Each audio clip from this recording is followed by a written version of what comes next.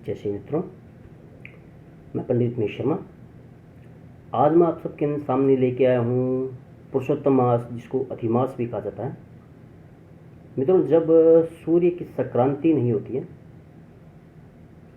तब ये मास लगता है।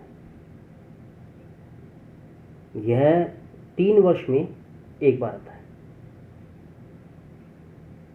और इस मास में कुछ नया कार्य करना, कुछ मांगलिक कार्य करवाने, यह वर्जित होते हैं। यह मास भगवान विष्णु जी को समर्पित होता है। इसमें जितने अधिक भगवान विष्णु की पूजा अर्चना की जाए वो हमें सुफल देती है, हमारी मनोकामना पूर्ण होती है। इस मास में भगवान विष्णु का पूजन करने से हमको अक्षय पुण्य मिलता है, हमारे पापों का नाश होता है।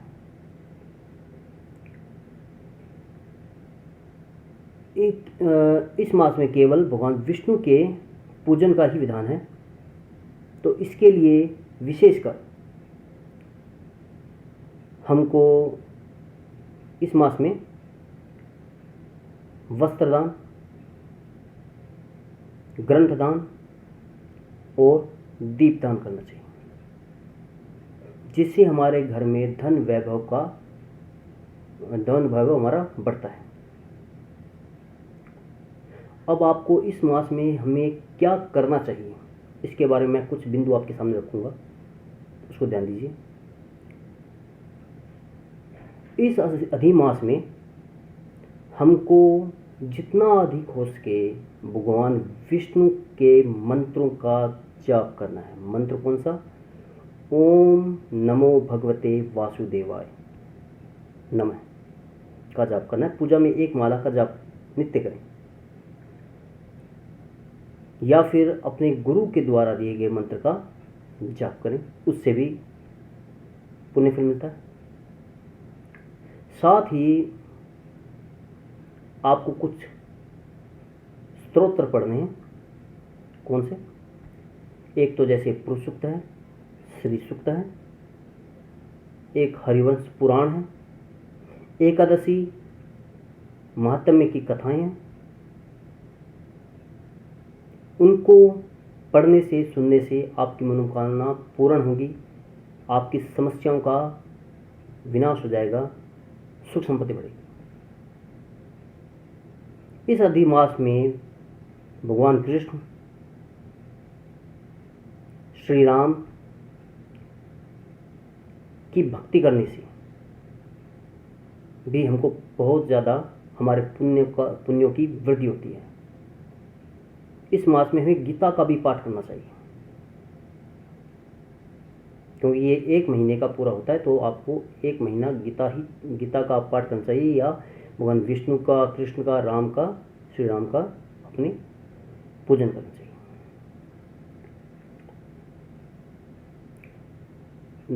दूसरा बिंदु है,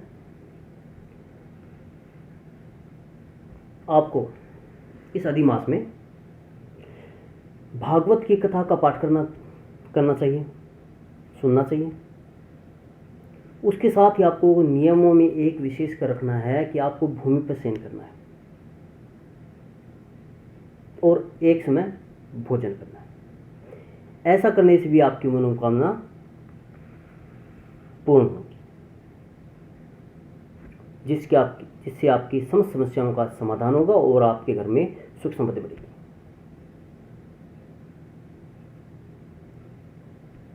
तीसरा बिंदु है आचरण संबंधी। इसमें आपको अपने आचरण पर विशेष ध्यान देना है। जैसे आपको कभी झूठ नहीं बोलना, किसी की निंदा नहीं करनी, बुराई नहीं करनी। आपको अपने व्यवहार में किसी प्रकार की तामसिक प्रवृत्ति नहीं रखनी। हर किसी के बारे में आपको अच्छा सोचना है।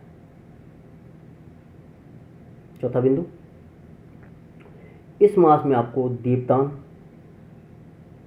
वस्त्रदान, ग्रंथदान, ये आप करेंगे तो आपके घर में धन वैभव की वृद्धि होगी। पांचवा बिंदु, आपको इस मास में जितना हो सके व्रत, उपवास, दान, ध्यान करना चाहिए। इससे आपके कई जन्मों के पापों का नाश होगा। और जो दान आप दें तो विशेषकर किसी योग्य गरीब व्यक्ति को ही दें, क्योंकि यदि किसी आप अयोग्य व्यक्ति को देंगे तो वो आपके दान का फल आपको नहीं मिलेगा। वो उस दी हुई वस्तु का महत्व नहीं समझे, क्योंकि एक गरीब व्यक्ति जिसको किसी वस्तु की आवश्यकता है, यदि हम उसे दे दें तो उसका उपयोग बहुत अच्छी तरह करेगा, उसी से ही हमको पुण्य वृद्धि मिलेगी। मैं ये नहीं कहता कि किसी ब्राह्मण विशेष को दीजिए, नहीं, किसी गरीब विशेष को दीजिए, जिसके घर में कुछ भी ना हो, ऐसे व्यक्ति को दीजिए, उसको ज़्यादा आवश्यकता है। पर यदि कोई गरीब ब्राह्मण मिले तो उसे भी पुण्य दान दीजिए, जिससे आपके पुण्यों का विकास, पुण्य भी बढ़ेंगे और आपकी समस्याओं का भी समाधान होगा। कई लोग दान के अंदर, जैसे मैंने अभी पुण्य दान कहा, आप अपने पुण्यों का भी दान कर सकते हैं। जैसे आपने कोई पुण्य दान कर दिया, वो एक तरह से आप किसी के समर्पित कर दीजिए, वह भी एक प्रकार का दान है। अब मैं आपको बताऊंगा आपको क्या नहीं करना चाहिए इस अधिक मास में। एक तो इस अधिक मास में संन्यास नहीं लिया जा सकता। दूसरा, शिष्य की दीक्षा ग्रहण का कार्य नहीं हो सकता। तीसरा, नववधू का प्रवेश नहीं हो सकता। मूर्ति की प्राण प्रतिष्ठा नहीं हो सकती। और वृहद मतलब बड़े अनुष्ठान नहीं हो सकते। कुआं की बोरिंग की जाती है वह भी नहीं करवा सकते। इस अधिमास में नहीं करना चाहिए। और कुछ अब ध्यान देने योग्य कुछ बातें बता रहा हूं आपको मैं, ये मेरा अंतिम बिंदु है। इस अधिमास में आप रोग निवृत्ति के लिए अनुष्ठान कर सकते हैं, जैसे पूजन हवन या कुछ हो जो रोग निवृत्ति के लिए किया जाता है, वो आप कर सकते हैं। ऋण चुकाने का कार्य आप कर सकते हैं। शल्य क्रिया आप करवा सकते हैं। संतान संबंधी कर्म जैसे गर्भाधान,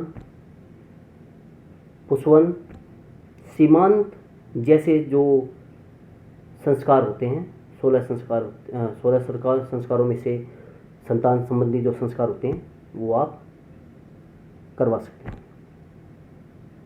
तो मित्रों, मैंने आपके सामने अधिमास के संबंध में कुछ बिंदु आपके सामने प्रस्तुत किए हैं। यदि ये आपको जानकारी आप लोगों को पसंद आई हो तो कृपया लाइक कीजिए, शेयर कीजिए और सब्सक्राइब कीजिए। एक बात और, यदि मेरे किसी भी वीडियो में आपको कोई ऐसा लगे कि इसमें कुछ सुधार करना चाहिए, कृपया मुझे बताइए, क्योंकि मैं भी इसमें धीरे धीरे सीख रहा हूँ, ताकि मेरे को और भी अच्छी तरह आप लोग मुझे समझाएंगे तो मैं और इस वीडियो को बहुत अच्छी तरह, अपनी आने वाली वीडियो को और अच्छी तरह आपके सामने प्रस्तुत कर सकूँगा, यदि आप लोग मुझे भी बताएंगे तो।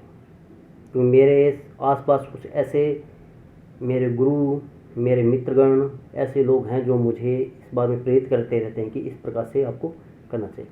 कृपया मैं भी आपसे ये भी उम्मीद रखता हूँ कि आप मेरे को कमेंट के द्वारा थोड़ा कुछ सुझाव दीजिए, ताकि मेरा भी जो इसमें जो सुधार करना चाहूँ वो हो सके।